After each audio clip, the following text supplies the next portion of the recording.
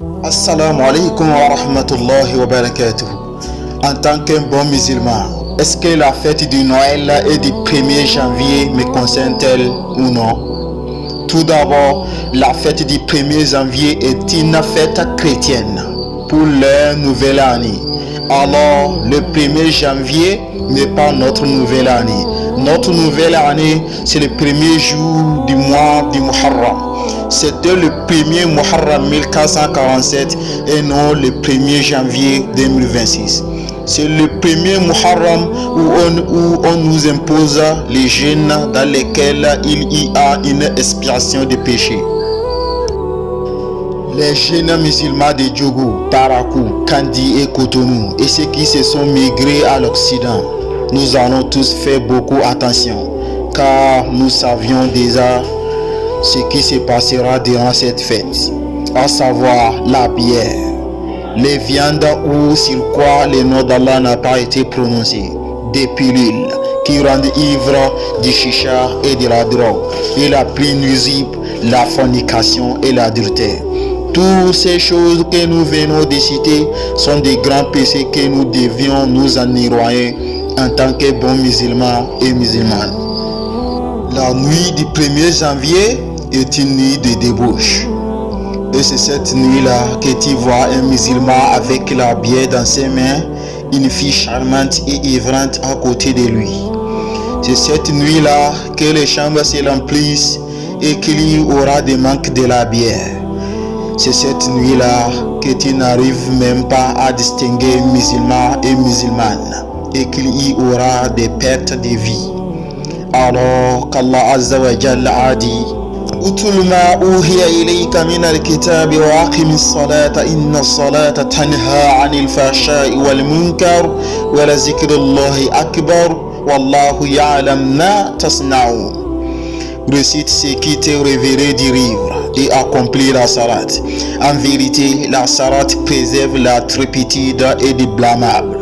Le rappel d'Allah est certes ce qu'il y a de plus grand et Allah sait ce que vous faites.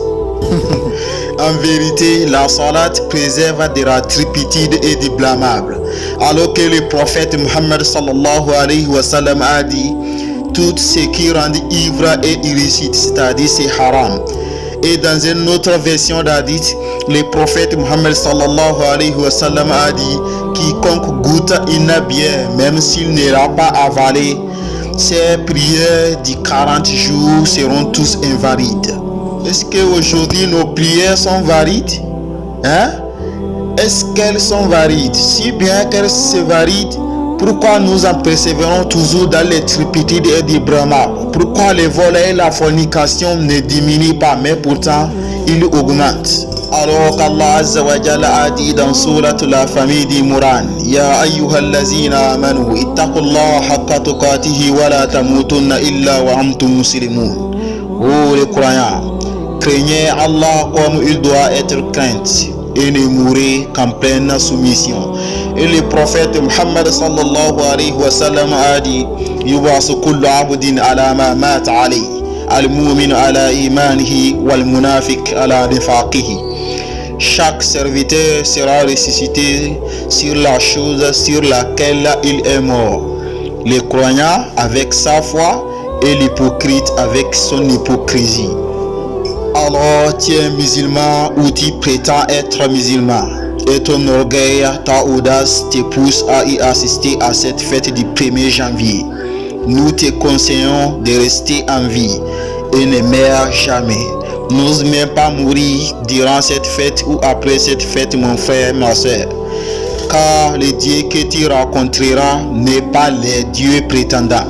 Ce n'est ni Jésus ni Jéhovah, mais Allah, le Créateur suprême, omnipotent dans toutes choses, le Créateur des paradis et de l'enfer.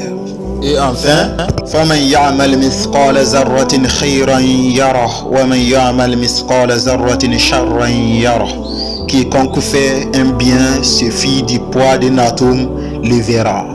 Et quiconque fait un mal suffit du poids d'un atome le verra aussi. Wassalamu alaikum wa rahmatullahi wa barakatuh.